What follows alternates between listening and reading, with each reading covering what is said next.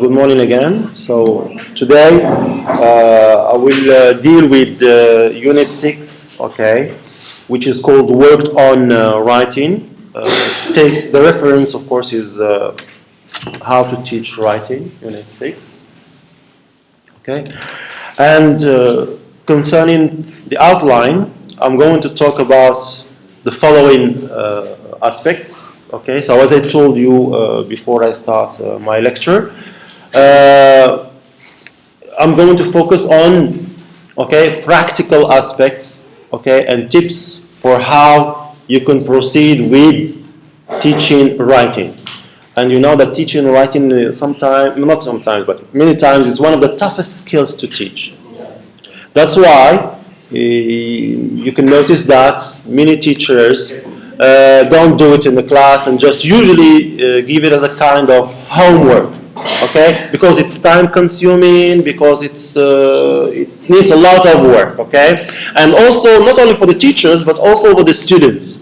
Students find it tough and not know how to handle that and how to deal with it, okay? Writing.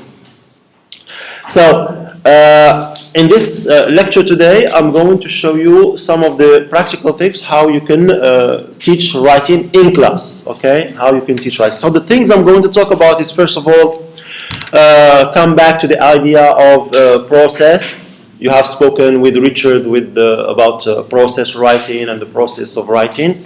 And I'm going to differentiate between process and genre, and see what we mean by genre. So just a brief recap. I think you know what we mean by genre, okay?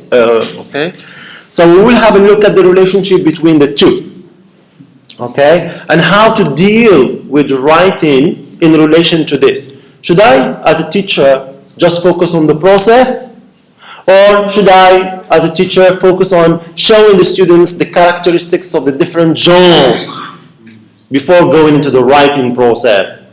Okay? So we're going to have a look at that and see what to do about it, okay? The next thing we'll start dealing with generating ideas. You know that even the most experienced professional writers, they find it difficult to just start writing like that. So they need to generate ideas, to think about, to do a kind of brainstorming, and to have ideas before they go into writing. So even the professional writers do that. So what about our students who are not really professional? So if the professional writers do this, so the students, it goes for granted that we should give them time, enough time, and guide them. Here come the role of those roles we know about the teachers that they should play. Teachers are simplifiers, teachers are facilitators, mentors, and so on. They should come up in this when we're helping the students to generate ideas for writing. Then we are going to have a look at analyzing genres, because I told you in the beginning we're going to see what is process, what is genre, and how to deal with that in teaching writing. So one of the things that's going to be recommended is to help the students analyze genres, different types of genres, as part of the writing process. Okay, so we'll have a look at how to do that, analyzing genres in terms of the audience to whom the writer is going to write, formal, informal, and all those types of things. Then comes the next step, of course, after generating ideas, analyzing, and so on. Then you have note making. I'm going to talk about note making. Then making a plan, okay? Making a plan, so you have to make plans. And then examples, we will have a look at examples, concrete examples. Okay, relying on the chapter itself. If you go to the chapter Unit 6, it includes a number of examples to illustrate how to proceed practically, okay, in terms of teaching writing. Another way how to deal with writing is doing project work. So we'll have a number of procedures to follow in assigning project works for our students. Finally, we will have a look at procedures for helping our students to go through writing for the exam. Okay, so there are procedures for that as well. So let's recapitulate about process. What do you know about process? Process. Let's recapitulate. Yes. Process writing or.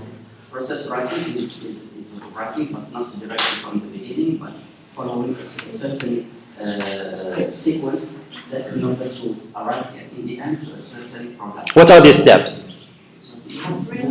Brainstorming, outlining, drafting, revising, editing, proofreading, it's revising, and then the final, okay, version of your writing. Yes. This is what we call process writing. It includes also something else. It's giving the students, it's examining the students only on one of these aspects, not all of them. So if you want the students to do, if you want to do process writing with the students, you go with the first with the brainstorming, with the outlining, editing, and then you leave the writing for the students to do alone. This is it. So you give everything to the students in the beginning, and in the end you step back and you let them write. Okay. Yes. Yeah. Zakaria. The process itself is not a linear process. It's a cycle. So at any point you can go back and Yes. revise something that you did in the beginning. So including brainstorming, you can add, generate more ideas. And you can go to the first drafting again and then outline, and then again go back to the outline and revise. Yes. Yes. Cyclic procedure for refining the products. That's true. Okay. Yes. Now about genre. Genre. Just simply take it. Yeah, different types of writing. So you can have writing for political or advertising or letter, whatever type of genre. Okay. Now, writers tend to think that these two ways of looking at writing were mutually exclusive. Okay, that is to say, one excludes the other. So, if they want to deal with process, it's just with the process, forget about dealing with analyzing the genre. And if they want to deal with the genre, they forget about dealing with the process. So, they were thinking this way. Teachers either got students to look at written genres, okay, to ask the students to focus on the written genre in particular without going into the process of writing, or the other way around, have them concentrate on the process itself, okay, writing process itself, what you have mentioned, okay. This is usually the case. Usually this is the case.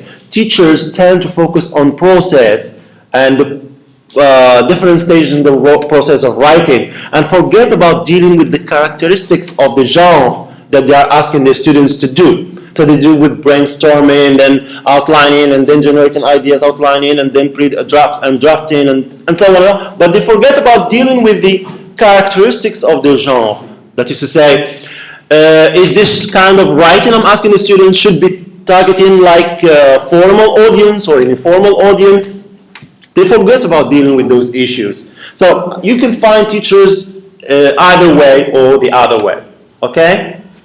And that's what we mean here by mutually exclusive.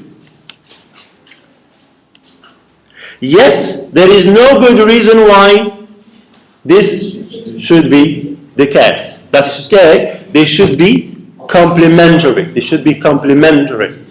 Because they complement each other, in fact. Okay? It's very good to generate ideas, brainstorming, and drafting, and so on. But in order to help our students to be more efficient as writers, we need to go with them into the characteristics of the different types of genres. Okay? Analyzing a certain written genre in order to be able to write within that genre is an integral part of the planning stage in a process approach. So, one of the things that the teacher should do with the students is to analyze the type of genre. Okay? Analyzing a certain written genre in order to be able to write within that genre is an integral part of the planning stage in a process approach. So it's very important, both of them. Okay? Or we may well get students to concentrate on the writing process, drafting and redrafting, for example, when they are writing within a genre. So the same idea again. So just we need to go with the students into the characteristics of the genre they are required to write, and then go with them into the process approach, generating ideas, brainstorming, and drafting, and so on and so forth. Okay? Okay, Eunice? Following? So, given that writing is a process, and that what we write is often heavily influenced by the constraints of a genre, suppose you are going to ask them to write a letter.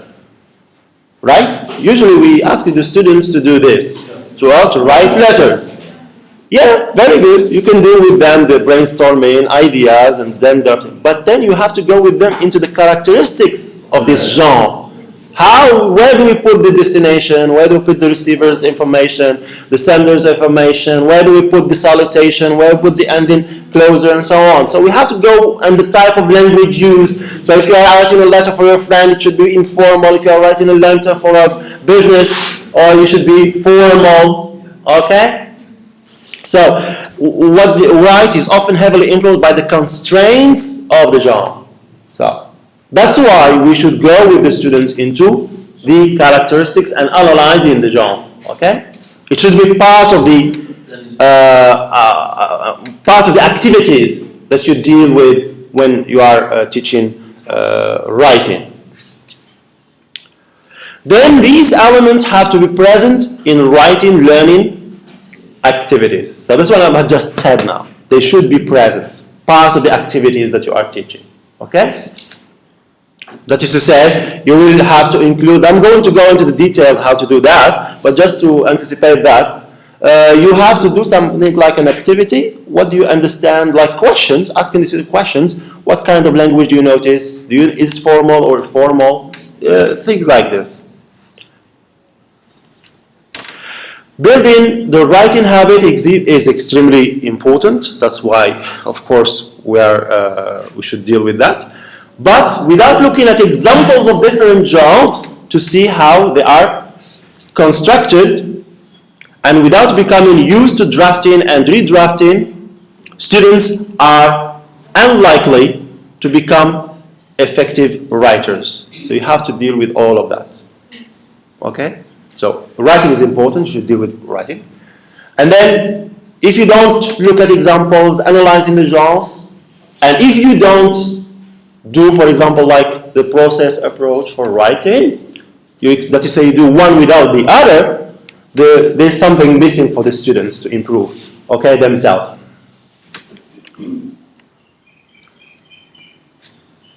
The activities suggested here are most often a blend of genre study and process sequences. That's why the types of activities we're going to have a look at here afterwards, they are a mixture of the two.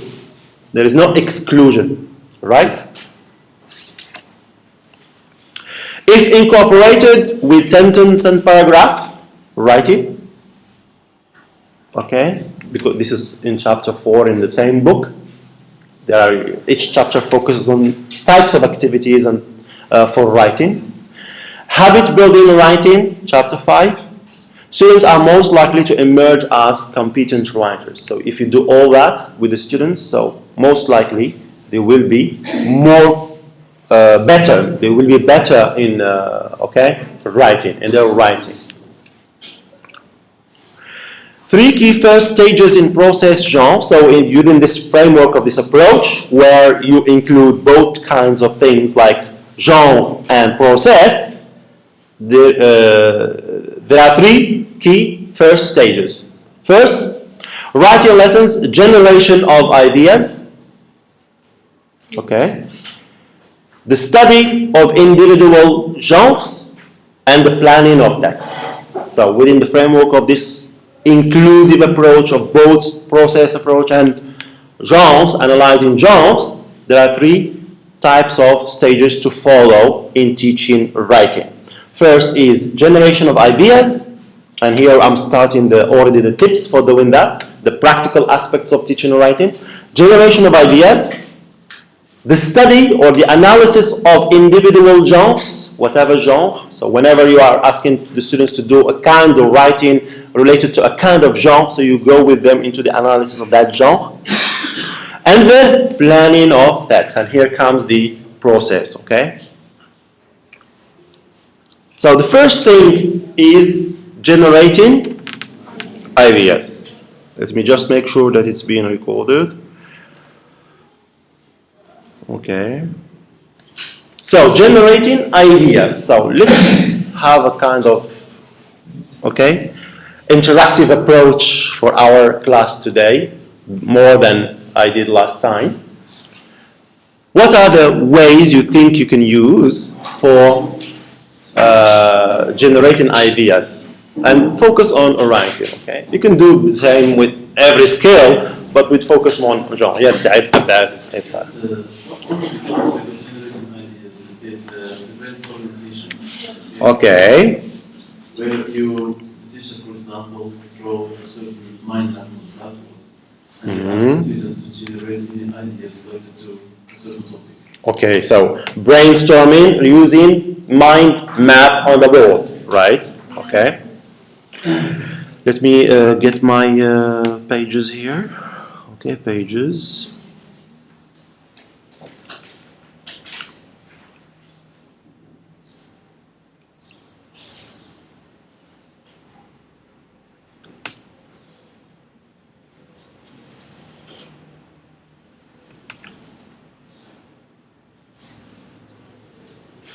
So, brainstorming,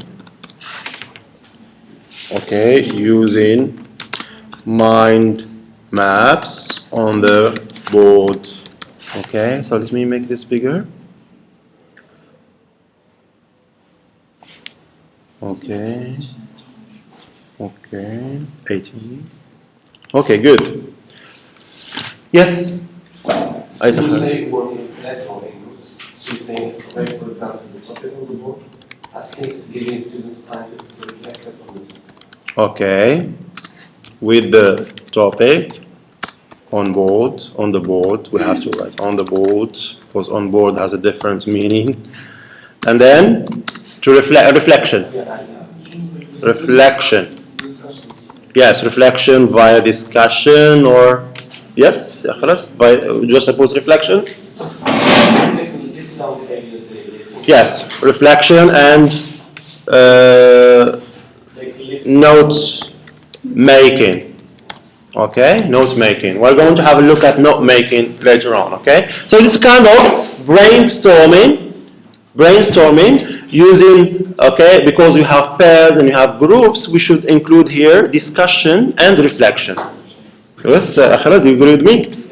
Because we have pairs, working in pairs and then working in groups, so it involves discussion. This discussion helps the students to reflect and then to come up with ideas. Okay, good. So, reflection. Yes, sir? Yes, Omar Khalid? Using questions to guide students' writing and classification. Okay, using questions or asking students questions. Students questions. Right. Yeah, Asma?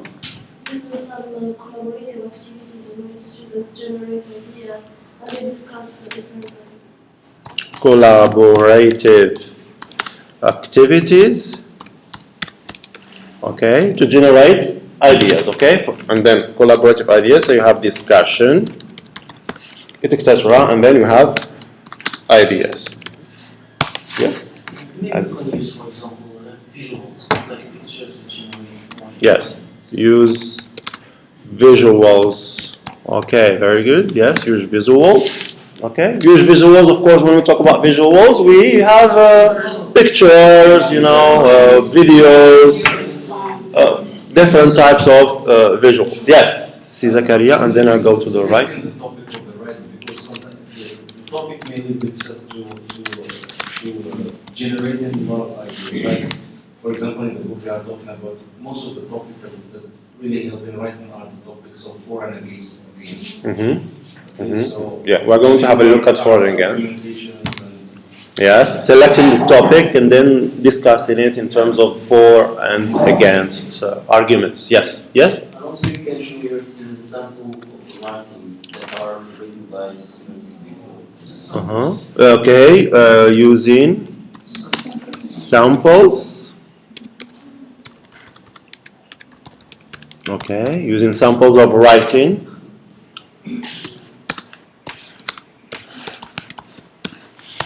Using samples of writing, and then what are you going to do after that? So you create a discussion. Okay, discussion. Okay.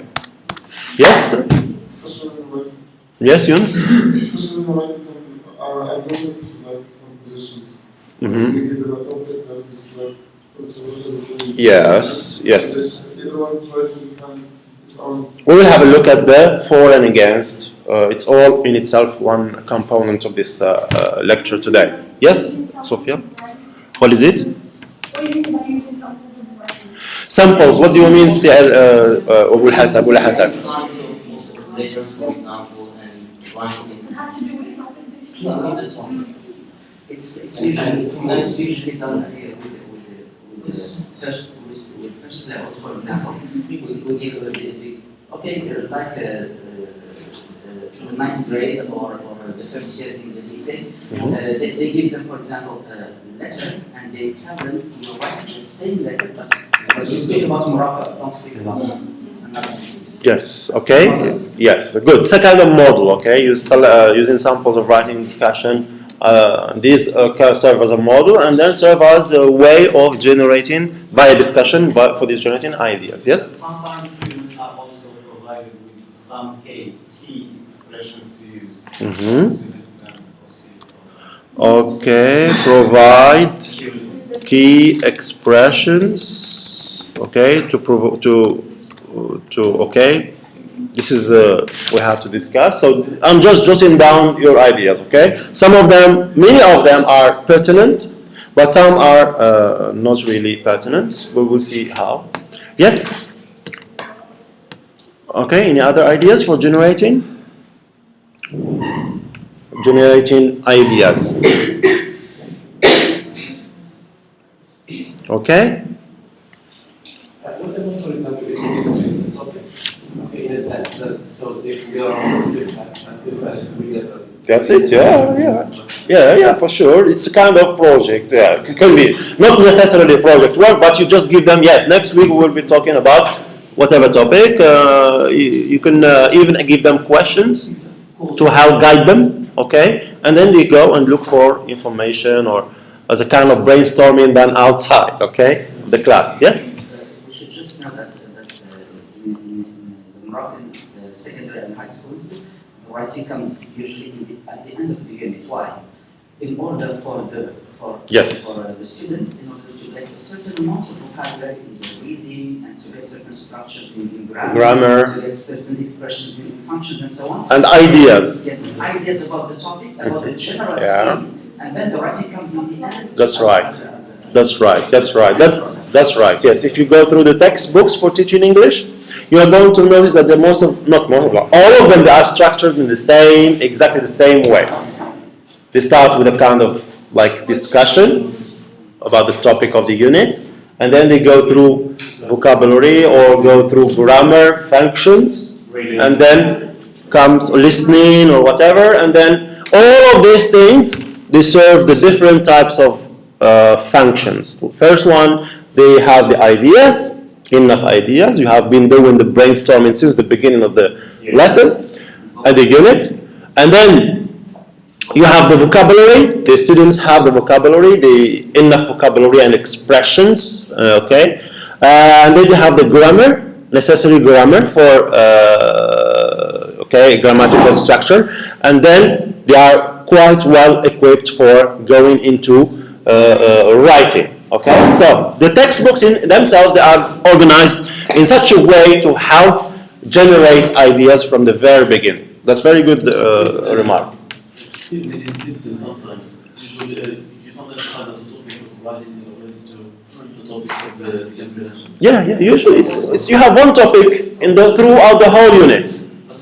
different. But now they don't know Not necessarily. Not necessarily. Generally, the writing is completely different from the comprehension. I said I used to do that before, but now I've got some examples. We used to, for example, the topic of the writing report and reading. The individuals used to feel more comfortable to write and Yes. some vocabulary and ideas.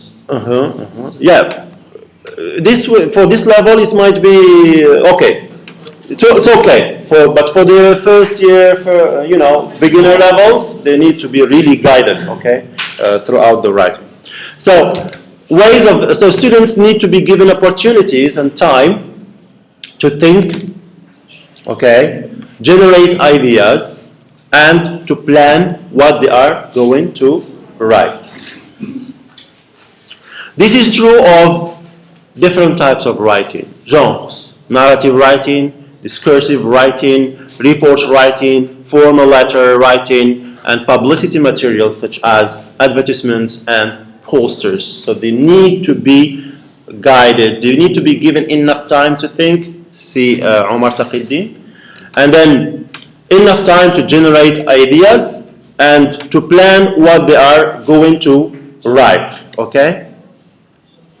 The following example activities show ways of generating ideas based on collaboration. Usually collaboration is the best key term for really generating ideas interesting, profitable, beneficial, and also enjoyable for the students. Okay? Usually if you are alone, this happens to everyone, alone it takes time to generate ideas.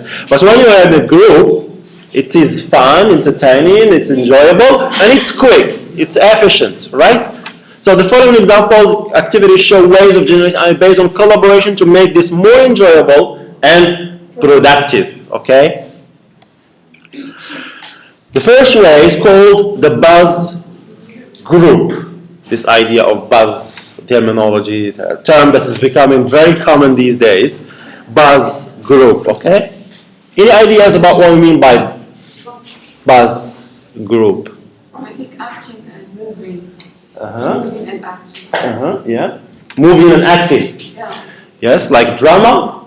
Yeah. Yeah, drama. Doing drama. Yeah. Yes. Any other ideas? Buzz group. It's from B, I think. B. It's the B. Yes. Yes. It's acting and playing drama. The B, that's drama. Okay. Yes. Is this an informal discussion between students? Yeah, informal discussion, okay? What we are talking about, discussion, collaboration, discussion, pair group work, okay? You give them questions, something, or visuals, and then you ask them questions, and then the students in pairs or groups, they start informally discussing. And then when they do that, you notice that a group here, and then what happens in the class, it's a kind of buzz, okay? So that's the idea. Well, that's why it's referred to as a buzz group, okay? Buzz groups, you can find them, you can use them not only for writing, by the way, you can use them for teaching, speaking, okay, for reading, whatever kind of skill. So this is what we mean by a buzz group. You can do the buzz group in different ways. One of the ways, like using visuals, and then asking questions about the visuals. Okay, the students, they do the buzz group activity. You can give them like questions, you can give them whatever, and then the students start brainstorming, generating ideas throughout collaboration, discussion in pairs and groups. It can be created instantly. It frequently leads to successful idea generation, buzz groups. Students buzz or generate ideas, reactions, cues, or opinions quickly and informally. Individual students can then carry forward into their own planning. Then comes the next step. So after generating, you can go further into other steps of writing. Teachers can ask students to get into groups and quickly come up with 5 reasons why people prefer cars to public transport. This is a concrete example. Okay, so you have the teachers, they divide the students into groups, and then they discuss informally to come up with 5 reasons why people prefer cars to public transport. This is the topic. Okay? Yes, Zakari? I think what they mean here about the bus is that we are forcing the students to work under the pressure of time because they're quickly. So they have quickly to come up with 5 reasons why people prefer cars. So we tend to give them a short time. Again, they have to work in that time constraint to come with the maximum ideas. So that's what we call that, because the class is always, all the people in the class are buzzing to come up on their Yeah. It's also one way to refer to this, one meaning that we can use to refer to buzz group, okay? And it's part of it, in fact, okay? Because why do you want to do like, instead of asking one student individually questions, and then you give them individually question time to come up with ideas? Just save time. You know, the idea of motivation, engaging, involving the students. Motivating, engaging, involving the students doesn't come just like that. Okay? So when you do it like under time constraints, this is one thing. And then you give them questions, and then you give them group or pair, so they are involved automatically. Okay? Spontaneously they become involved, more engaged in the activity, and therefore more enjoyable, etc. And the ideas come up quickly. Yes? I guess it's also called the buzz because there's movement, there motion, and also excitement. Yeah, there is excitement because of involvement, engagement. Individually, maybe some of them would feel reluctant to answer, but when they are in a group, it's a kind of competition between each other. Yes, there is the idea of competition, more excitement, engagement, involvement, okay, and more interest, okay, more involvement in the activity, more interest, and okay. But when you do it like individually, it's like boring and students just spend time thinking about nothing. So this is the reason, okay? Engagement, involvement, motivation of the students, okay? So you have to do that through these buzz group activities. And at the same time, it's encouraging. For Yeah. example, I can forget something, but my colleague or my classmate will help me. Yes. Task. Yeah. And we have peer, it's like peer editing. Yeah. Something. Not peer editing, but discussion. Yeah. Discussion, right. Yes, that's right, yes. Okay. Now, they can ask students to make quick notes about what to put in a composition describing a picture. Quick notes, okay? It shouldn't be, again, you have to be careful, okay? It's a brainstorming. You can just go step by step, so you can just make quick notes, okay? Quick notes. Don't bother about the language. Don't bother about the expressions, the grammaticality and punctuation. So they have to wait. When we come to this, when we talk the steps of, you have mentioned them, the steps of a process and so on, of writing. They could talk about what information needs to go into a biography or what a good first line should contain. Okay?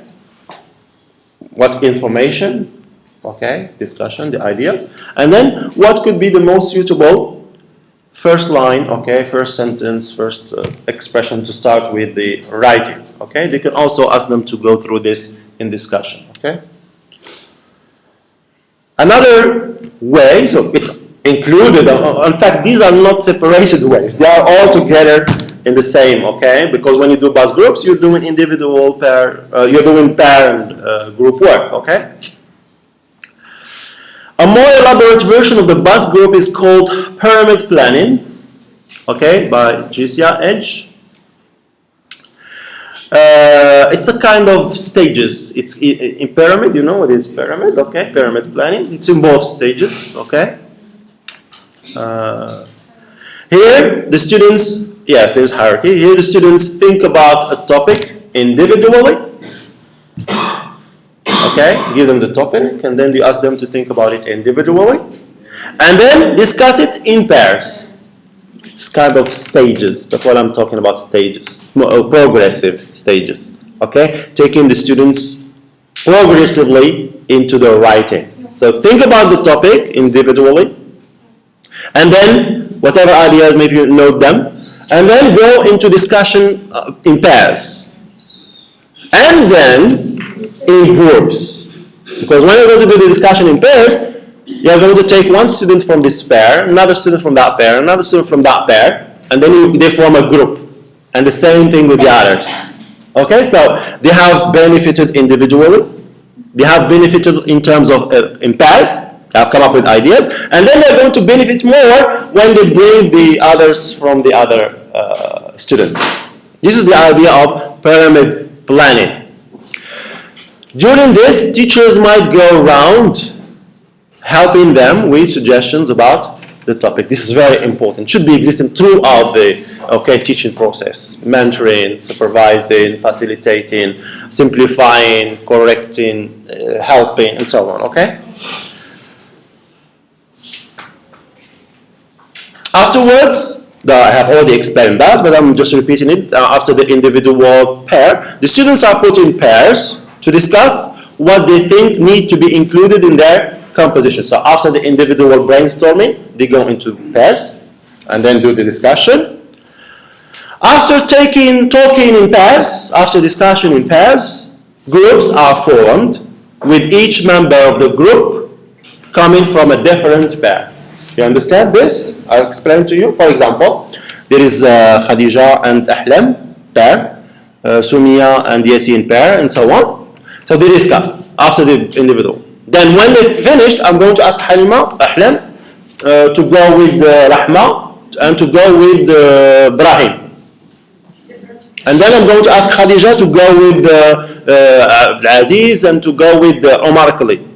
And so on and so forth, okay? So to have, it's kind of pyramid. I'm going to work with all And then? students are going to work with all the students. Yes, you know, to help them get more engaged, get more involved, more motivated, more ideas, okay? The result is that ideas and possibilities are shared among the greatest number of students. And when you have this, it's really profitable and efficient rather than just doing it individually, okay?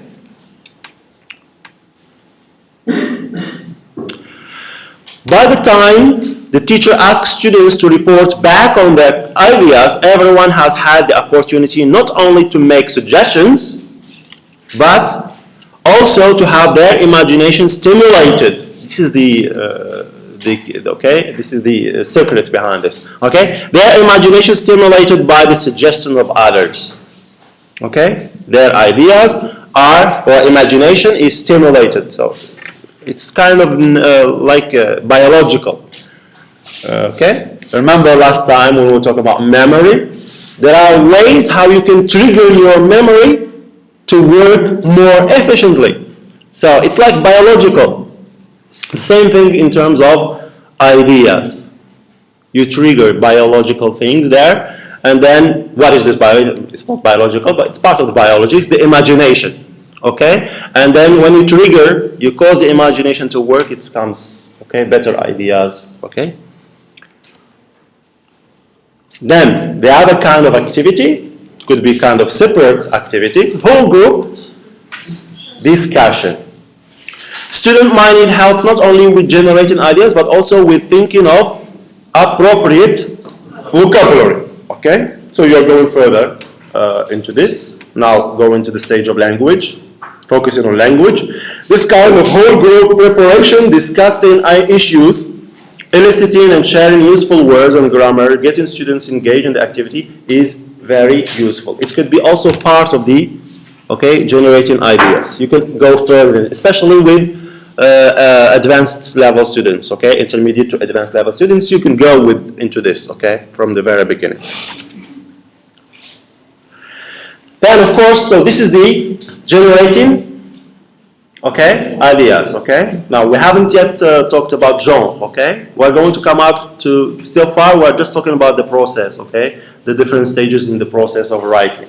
But we're going to come a stage where we have a look at the ways how you can also integrate the analysis of different genres, as part of the process of writing.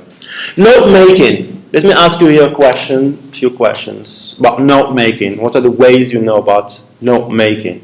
You had a look at the videos I posted last semester in study skills, and they talk about note making or note taking or you can get some ideas from there about note making. Okay? Yeah?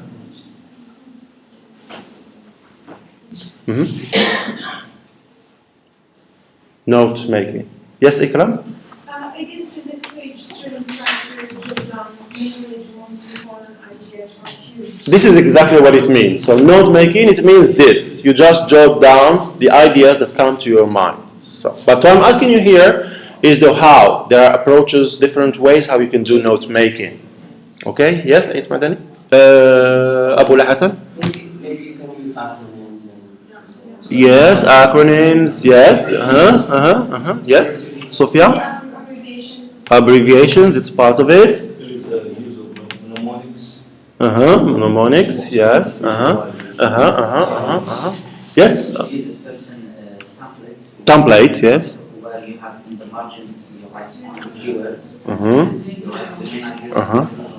Yes, templates, we use, yes. Also use different colors. Using colors, okay, yes. Mind mapping. Mind mapping, this is what I'm looking for. I'm looking for this kind of things. Mind mapping, so we'll have a look at that. Also people with spider. Yes, spidergram, okay, it's one way. So this is another approach. It's called spidergram. Spaghetti, yes. Spaghetti approach. That's good. Spaghetti approach, yes. What does it mean, spaghetti approach? Yes. So how does it look, the spaghetti? You know the spaghetti? I'm not talking about the spaghetti. I'm not talking about the long spaghetti, okay? Yes. Yes. Okay, so students, I'm going to have a look and show you examples of each type of illustration for each type of approach. So students benefit greatly from thinking about how best to note down the ideas they come up with. Okay, it helps them a lot. Okay, it helps students a lot. Not just to think. Not just to think. Okay, not just to discuss individually or in pairs or groups. No, they should be involved and guided throughout of this process called note making. Yes, Rahma. And making a relationship between ideas. Yeah, that's one of the roles of note making. First of all, this is one of it, so it helps the students to make connections, and then before they go into looking for words and so on. Also, it helps in terms of planning and so on, and also it helps in terms of remembering. Memory, as I told you, there are ways how you can trigger it, okay? How you can make it work efficiently. One of them is note making, okay? The effective making of notes can contribute to the generation of ideas themselves. When you have your ideas and then you start making notes, it helps you generate the students. It helps the students, not only the students, but all of us, because we write. But focusing on the students, it helps them to generate more ideas. Okay? But what is most intriguing is how to make notes or to take notes effectively. Effectively. Yeah, using these different procedures that we have just mentioned. Yes, exactly. And that's what I'm going to now. But before that, I'm trying to show the benefits of note making and how it helps the students. And then I will go into different ways. When students start generating ideas, they write down words and phrases in a random way. You should be guided and supervised in the fact that when they are taking notes, yes, don't worry about the order, okay, the plan, or just whatever comes to your mind, put it down. Don't worry about the language, okay, the structure, sophisticated vocabulary. Just jot down what comes to your mind, okay? They should be guided into this, okay? Because if they go into paying attention to planning and it's not work, okay? In fact, this is pedagogical, and if you take this idea in mind, you are going to understand why in curricula you always have different subjects. For example, in the fundamental, you had grammar 1, then grammar 2, paragraph writing, and then, things are divided. Why? Because it's better for the students, okay? Rather than just come into one course called English and start talking to them about grammar, about writing. It's not pedagogical. So when they focus on particular aspects, that's why I'm asking here that the students should be guided into the fact that they should focus just on generating ideas without paying attention to the order, without paying attention to language, whatever, because it helps them to come up with ideas. But if they start fighting with the language and the order, it starts disturbing the generation of ideas. Okay? Then, by making connections between them, they start to see patterns emerging. When they make notes, okay? They start seeing patterns there and making connections, which helps them in the planning later on. And they can then organize their thoughts into subtopics and categories. It is better to expose students to a variety of note-making options and let them choose the one they find most useful. You can notice that this has to do with the personal preferences. Each one of us has got his own way of doing things. Okay? So the same thing for note-making. Don't oblige the students, you should do this approach, spaghetti approach or spidergram approach. No, you guide them, you give them the different options, how you can do note-making, okay, briefly, okay, no details, and then let them choose the way they find most appropriate according to their preferences, personal preferences, because you have to personalize the teaching and learning. If you personalize the teaching and learning, it's more profitable. Do things not you as a teacher likes to do it, but as the students like to do it. View things from the angle of the student, not from your angle. Yeah, of course, you do it from your angle, but you focus on this aspect as well, students' preferences.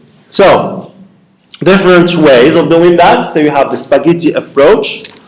Okay, here's an example, okay, of how a spaghetti approach of taking notes or making notes looks like. Okay. So jotting down, and then what happens? Linking. Okay. Okay, without order. Spaghetti approach, and then spidergram approach. You can have a look. I don't need to explain, but just looking at the way it is done, you understand why it's called. The first one is called like spaghetti.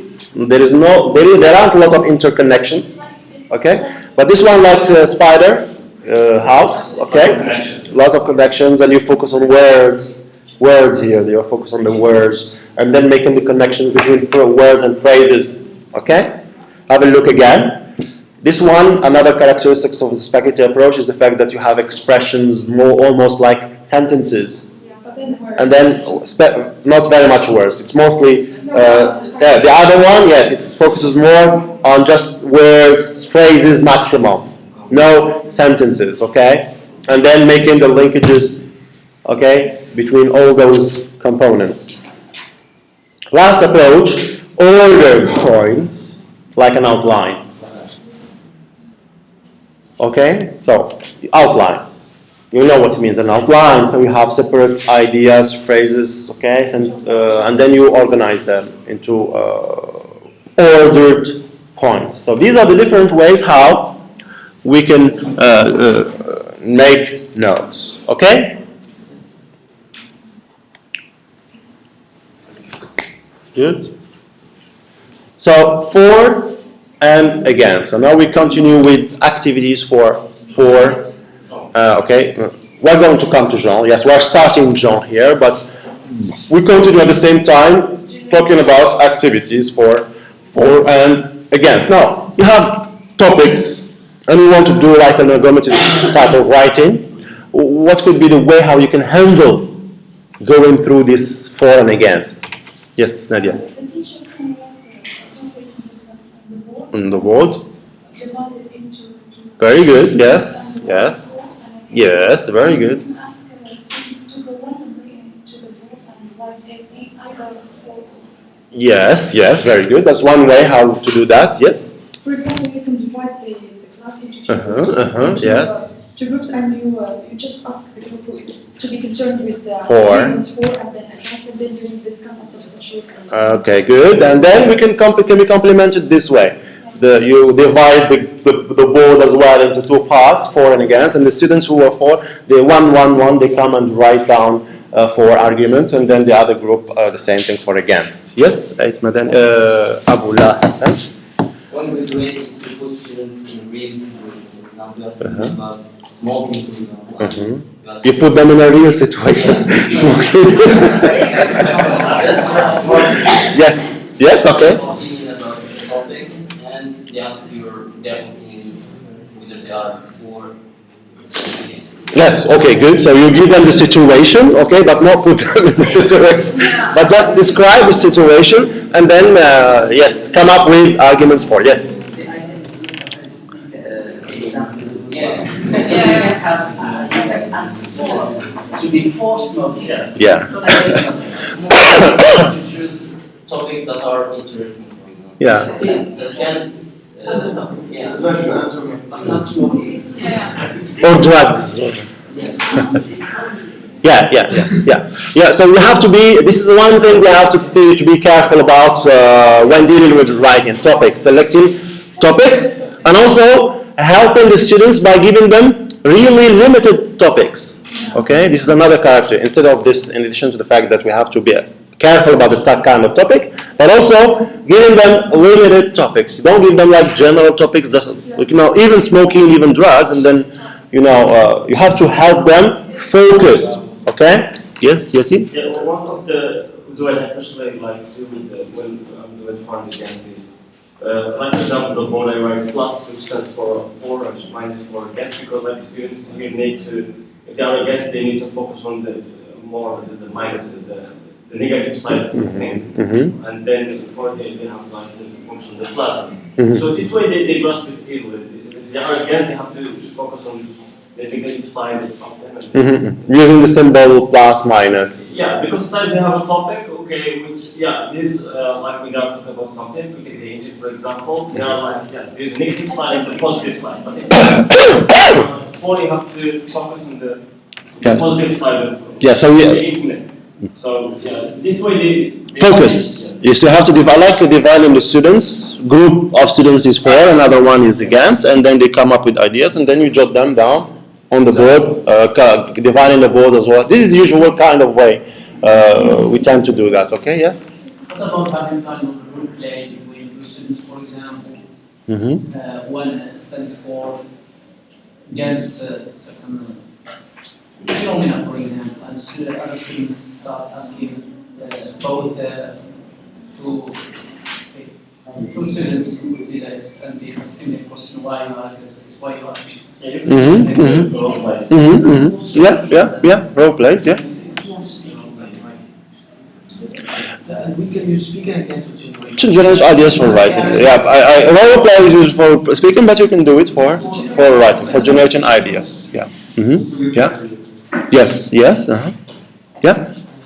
Amen. And we put the class into groups, and then each group will choose a topic, and then be more on the guests at the same time, and try to write a small paragraph for and then against. Then we switch things between groups, and then by the end we get really a lot. Essay, and then we write things on the board and try to correct the imperfections. You get the writing all together. Yeah. Okay. Here it's too much, and also too much because you give them many topics. One topic, okay. Yeah, let's for a discussion with topic one and then.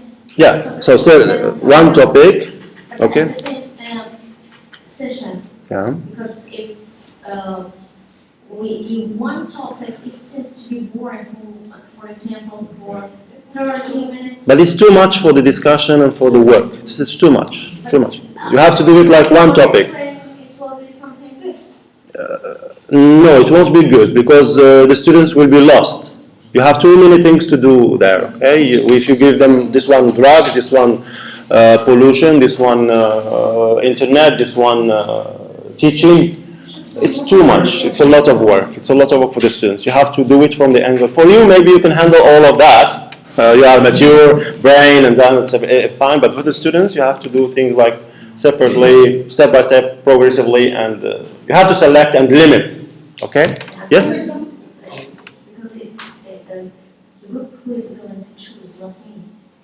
So for one topic, I'm not going to get it. So you give them one topic or everybody. I'm not going to give a topic. Five students will choose a topic that discuss it with them, and then if this is our topic, if we are talking, for example, internet. Yes. And that's the second group, so we are going to talk, for example, about. So that's what I'm telling you, Amal. It's too much for the students, okay? Because yeah, you can do it that way, especially for advanced level and mature, okay? But usually you have to select one topic and to deal with it with all the students, okay? As a project work. Yeah. It's ideas. Project work, etc. See, Akhras? One productive way, I think, you can elicit a strict question. You can divide the board into level. Plus. Yes, minus, yeah. Usual way of doing it. Yeah, yeah. It depends. Then while discussing it, you yourself can write the ideas. Later on. Yeah, yeah. Possibility, yes? You can just make it to be more, to sound more motivating and interesting. For example, when you do it in terms of competition or contest, okay, you divide the groups and you ask them to choose whether they are for or against, and then they convince each other. For example. Yeah, yeah. Yeah, you can do it that way. More engaging, more motivating for the students as a spirit of a competition, and to get a winner like a game. Yeah, yeah. The same idea. Okay, good. Yes, please. Or if the topic is new to students, you can provide them with the text. Yeah. Allow the text to generate. Yes, doable. Yeah. Yes, please. I have just a comment on yes. Generally, the for and against topics are generally sensitive topics. Okay? So if we do them as kind of competition, it means that the losing group, okay, will feel that their opinion about the topics or the position they took, okay, is really not worthy or diminished. Okay? So in those topics, it depends on the argument. Discarding the idea of competition because it will lead the class to one dominating idea. Okay? ثورات عربية.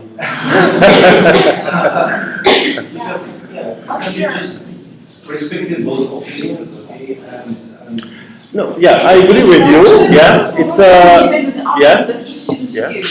If the students give a strong argument, so it's good. So it's you can think logically and critically. It's more encouraging. Yeah. I will give you the floor to discuss this. Competition essentially provides more engagement and more motivation for students. And for the sensitivity, again, it depends on the teacher's reaction. Just it's not a matter of favoring this one and the other. Yes. Here comes the role of a teacher as an educator, okay, rather than a teacher. Okay, yes, Akhalush? I think that for and against is a good issue.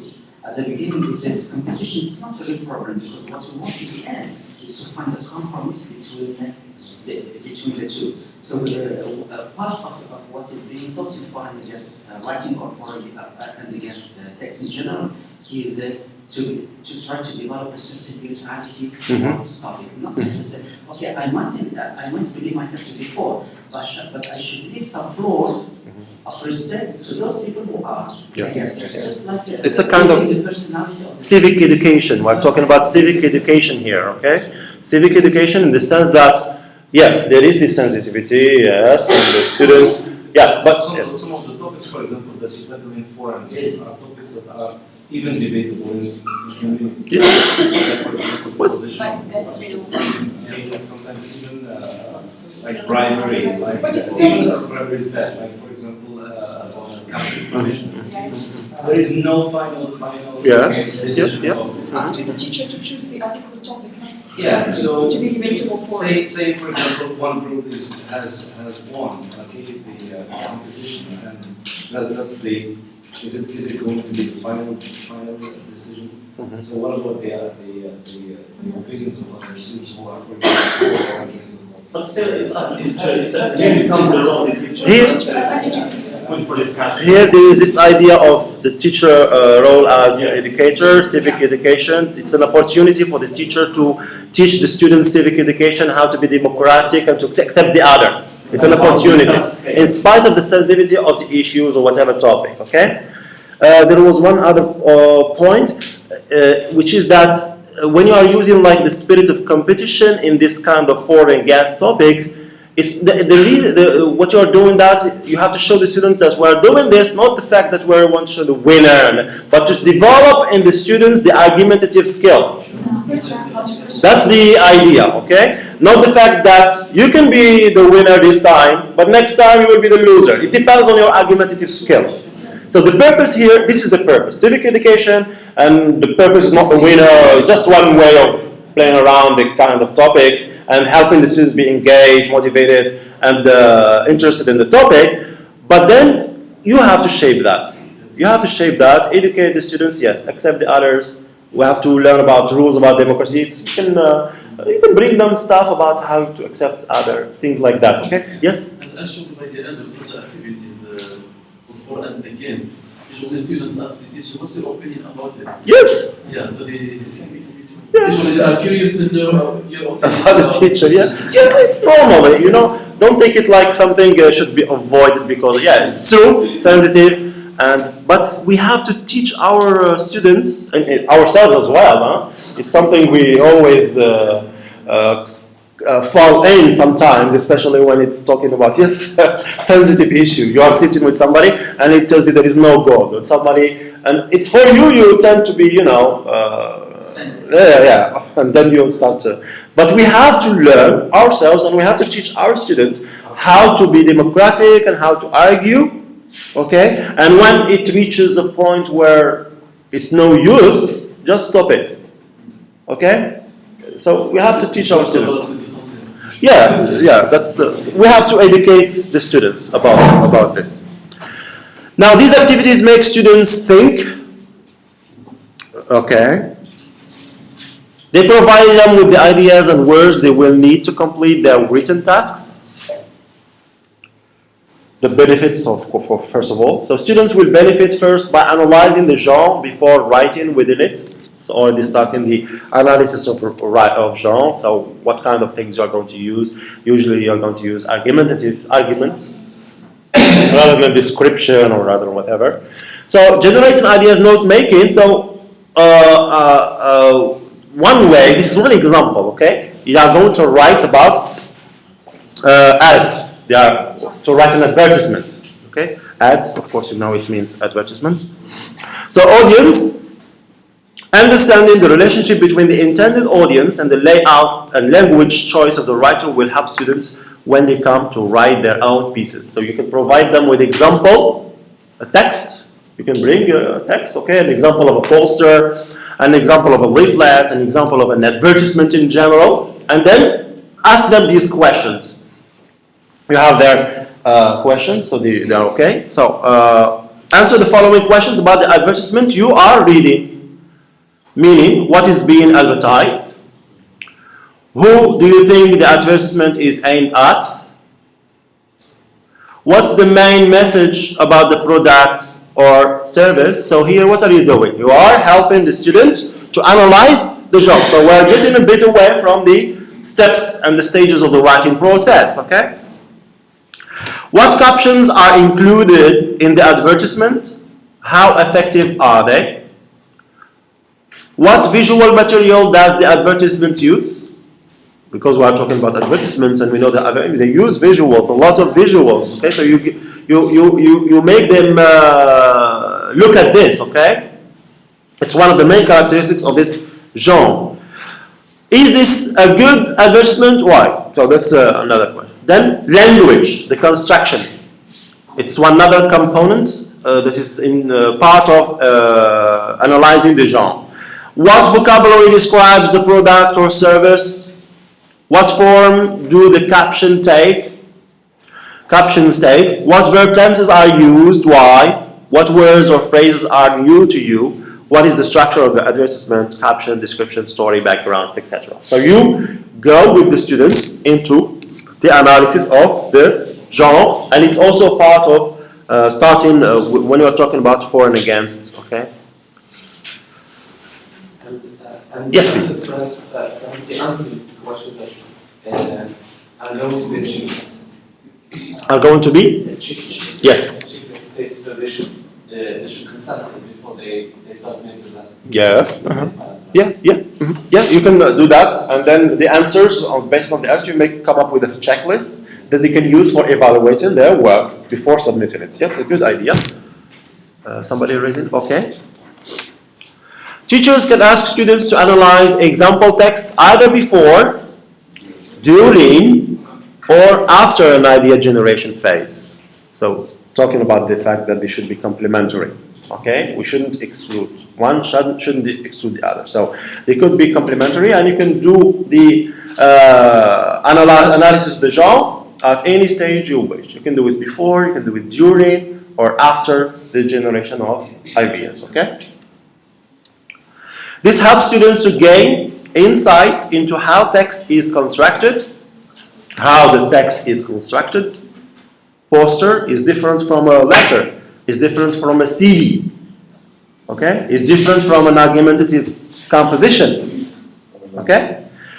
So this helps students to gain insight into how text is constructed and how language is typically used, okay? The language of advertisements is different from the language of a CV, different from the language of a letter, okay? So that's why the analysis, going into the analysis of the genre, is very useful for the students.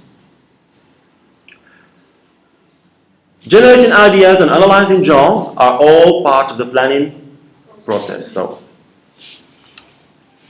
But they are different from the act of making a plan itself. This is another part of the stage of the writing process, because, okay,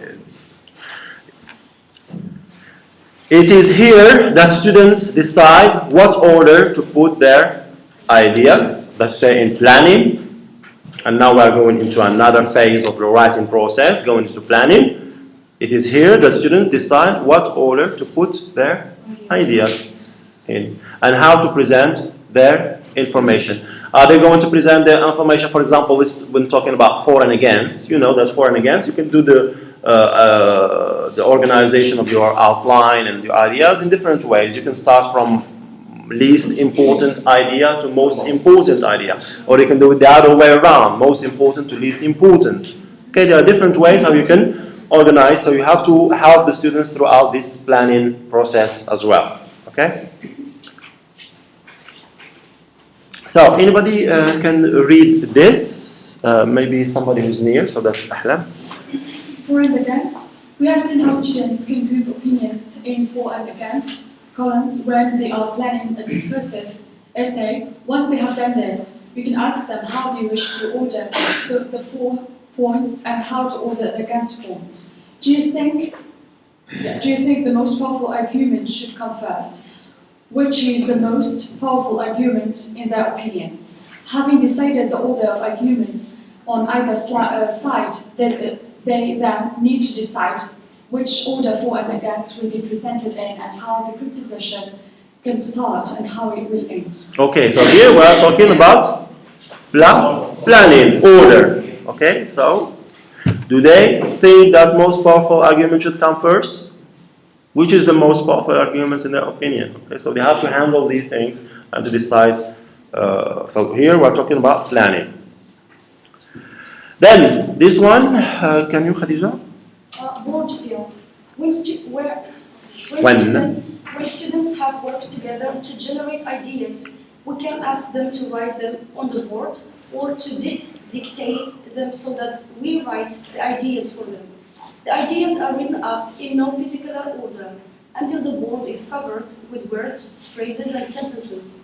Students then agree with the teacher about which ideas go together by drawing lines to connect them. We end up with something like a spidergram, but because we started with ideas which have already been generated, we can focus all our attention on how they group together. Yeah. And what does this mean? This board film. also it's general. Aziz? For example, you generate ideas for students and write them on the board, and then you invite them all together. For example, to link, for example, those who are for or against. To give arguments to elaborate more ideas.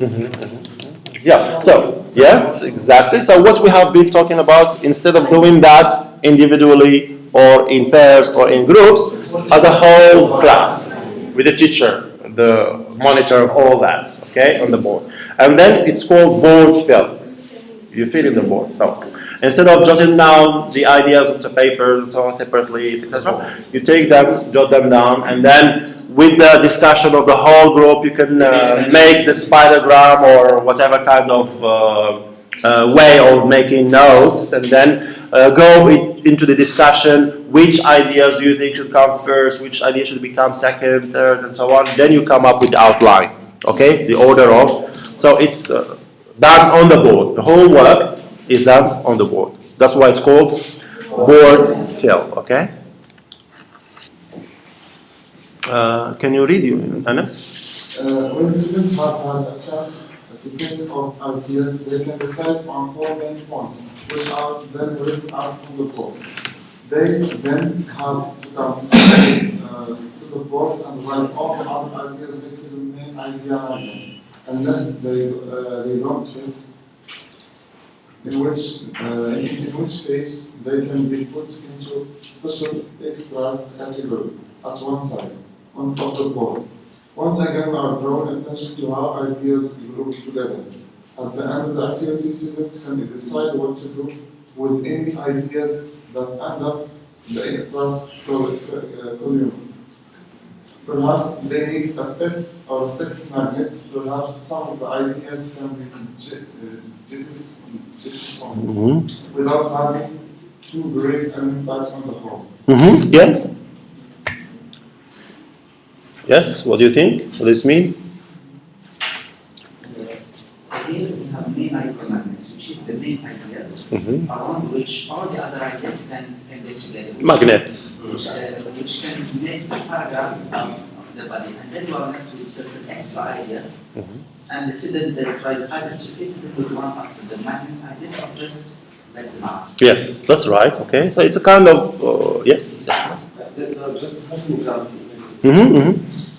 Suppose the topic that, for example, you use Facebook, or for example, the advantage of using Facebook. You can just write, you should download the alias, okay? That has to do with the and later on you select. But before doing that, you have to categorize those alias into just two words. Communication, okay? Entertainment. For example, last word has to do with education. Then you have to select the alias. Take into account, for example, communication, select those that will with the communication. And when those which have nothing to do with then just simply the entertainment.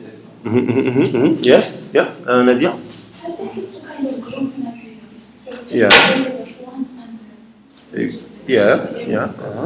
I think the main idea has to do with the main ideas, okay, and then the supporting ideas, which could be facts, for example, whatever an idea that can support the main idea, which is going, for example, being the paragraph. So you are doing, when you're talking about paragraph, you talk about main ideas and supporting details. So you do this on the board again, and via group whole class discussion. What are the main ideas? You try to get out the main ideas concerning the use of Facebook. Okay? Then you jot down. Then via discussion again with the whole class, choose only which ones do you think are the most important ideas. Take them, keep them, and then the others out. So these are the main idea magnets. Okay? Then these main idea magnets, we are going to focus on each one and try to look for the supporting details, supporting ideas, via discussion again. How do you think you can elaborate on this main idea magnet? So magnets, idea of magnets. And then you jot down one or two. The next main idea magnet. Third, fourth. And this way, you are coming up with a good piece of writing. Then you can go into the ordering of course. When you get the main ideas and then the other supporting ideas, then you go into the ordering. How are you going to order that? And then, okay, so it's another way of doing the generation of the ideas and the analysis, okay, etc. I think also that students develop that skill of distinguishing between general ideas and specific. That's good. That's good. That's good. It makes them, you are supervising them, you are monitoring them in terms of helping them learn about more and understand more what you mean by main ideas and then supporting ideas. It's very useful in this regard. Yes, Brahim? It's also with, in teaching students, engaging them in making decisions about what are the main ideas. Yes, good. So you get the chance to decide what are Yes, right, Yassin? Yeah, Yassin? Okay. It also shows them that they should never start with the detail. Very good, yeah, that's the purpose. That's the purpose. So the main idea then. Yes, Details. yes. Learn about, here we are dealing with the process of writing. Papers in hand, so you have a look at this later on, and then you can deal with that on your own. Now what I want to do is go with you into some concrete examples of writing, okay? The writing. So hopefully, normally I was hoping that you have the books, okay? So I'm going to show you in the chapter itself. You're going to see that it includes examples. This is a scanned copy of the chapter. Examples of worked on writing sequences. Okay, so you have examples. Let me choose one that I can. It's difficult to have everything on.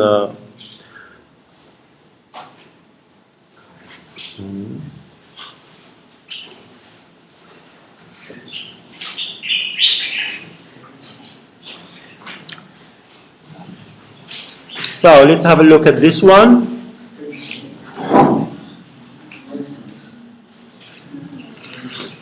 Okay. So take some time to go through that. What is written. Wait a minute.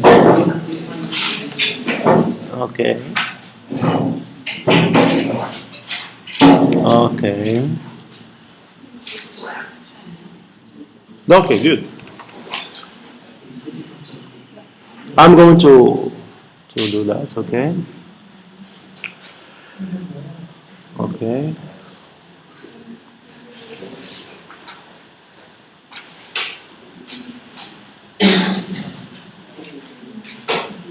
So you can start from this paragraph. What follows is a description of how attention to genre. It's page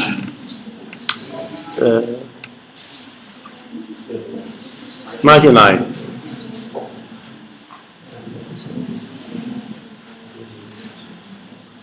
Is it okay now?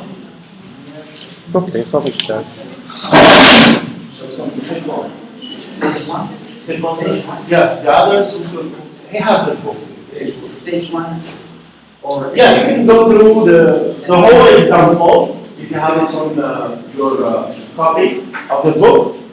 Go through the example there. For those who don't, I'm going to show them what I have here.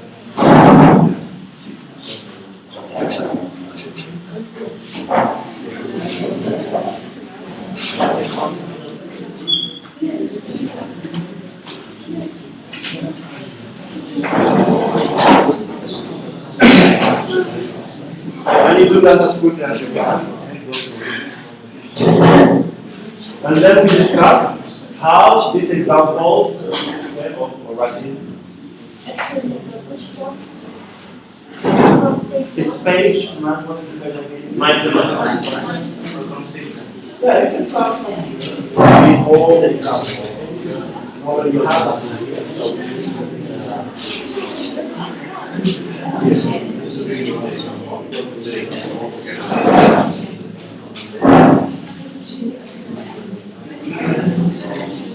Yes.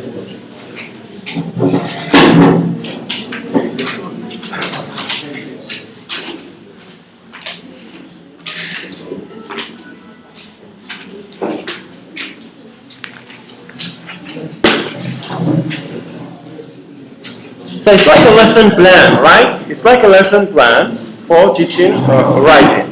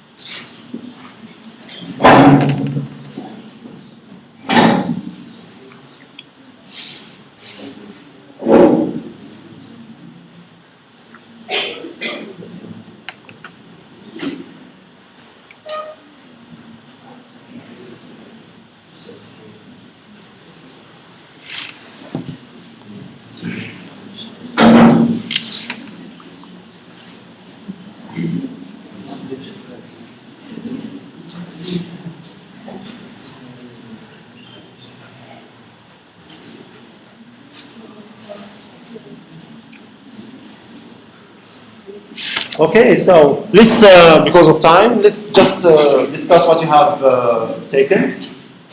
You don't have to take everything from this, but you can do that later on. You have more examples in the chapter. Sure. Now, can you give me some stages there? Yeah? Well, so here the teacher can offer like a very small discussion like in virtual. But students can discuss like past memory, experiences or stories in their childhood. It's like just like stimulus for them. Yeah, so Activate their mind. yes, throwing names for the students, you know, to try to remember what that. And at the same time, while the students are doing this pair and group work, what is the teacher doing?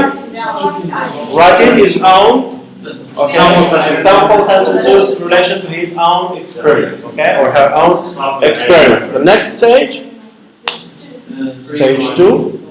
Yes, Aziz? Just freely write about the child.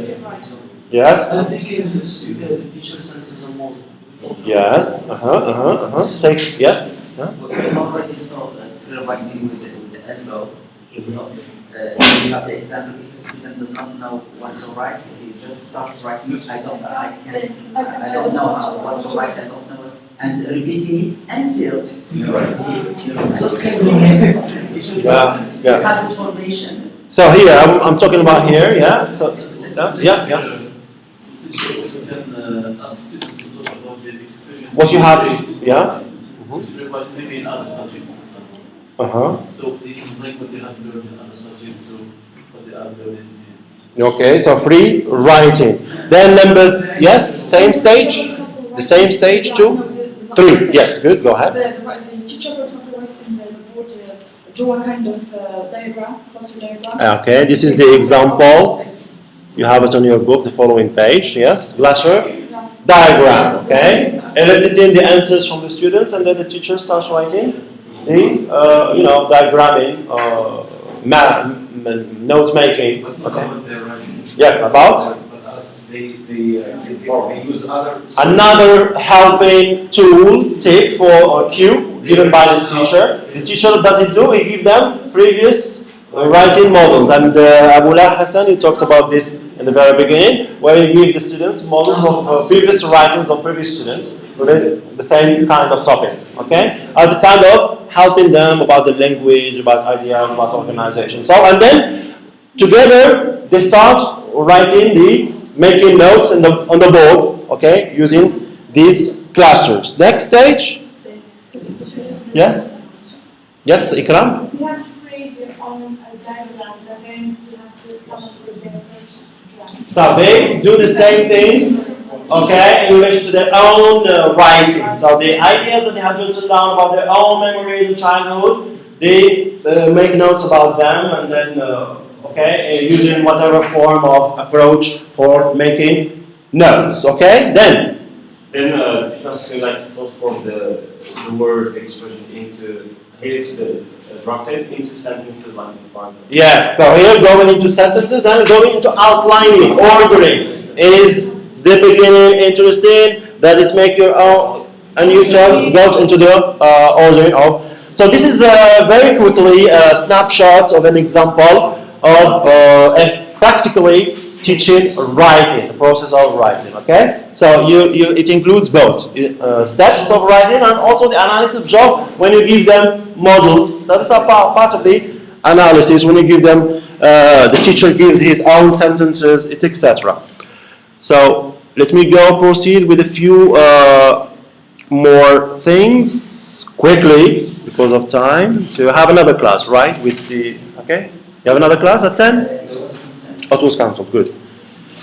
Okay, so project work. Another activity, type of activity they can use for teaching writing. Yes, so project work. And project work, there are procedures for project work, okay? Project work. So, can you help? Yes, what are the procedures, the processes, the stages you can deal with in project work? Yes. For example, we will first we can ideas, process that we organize four objectives. Yeah, okay. And also looking for researching information. Yeah. Yes, Ibrahim. It's dividing the class into groups and nowadays there's for Okay, good. Now to go quickly, so we have the choice, the briefing of the topic, idea, language generation, ideas and language, expressions, kind of phrases, vocabulary, data gathering, researching information, planning, drafting and editing, final version, okay, final version of the project work, and then consultation, tutorial, yes, problems, mistakes, teachers, yes, difficulties, whatever. Then comes the other component, which is helping the students preparing for the exams. Okay, the exam is different from the activity of the lesson itself. Types of exams. Okay, you have to go and give them like examples. And this is, in Facebook now there are some groups of students in Licence Fondamentale. Do you have any examples of exams for next year, or Mr. Agnais or Mr. whoever examples? Application letters and CVs, models. Articles, reports, and reviews. Okay, examples, models. You have the details in the chapter. Okay, I'm going now throughout this descriptions of pictures, paintings, okay, paintings or okay, or events.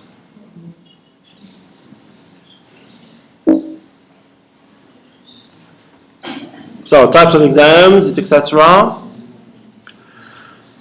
Paintings or events, discursive compositions, okay, leaflets, letters. So those are examples, and you have the details, of course, in your chapter for going through all these, okay, with the students. Leaflets, c'est like les prospectus for advertising. It's for advertising, les prospectus, les affiches, you distribute and, okay? Like, not brochures, but like brochures, like flyers, yes, flyers, okay? And preparing students for exam writing. So, give them model answers, reading instructions, okay? Generating ideas and plans. So, recommend for the students to do the same thing they do in class, they do it for the exam as well. Because usually what happens is that students start writing directly. No, even you, okay? Everybody does it. So, but better to do this process, to follow the different types of processes, okay? Stages in the process of writing. Writing, revising, mock exams and practice papers. It's another way for preparing the students, okay? You give them mock exams, practice papers. And thank you very much for this. Okay? Thank you. So this is it for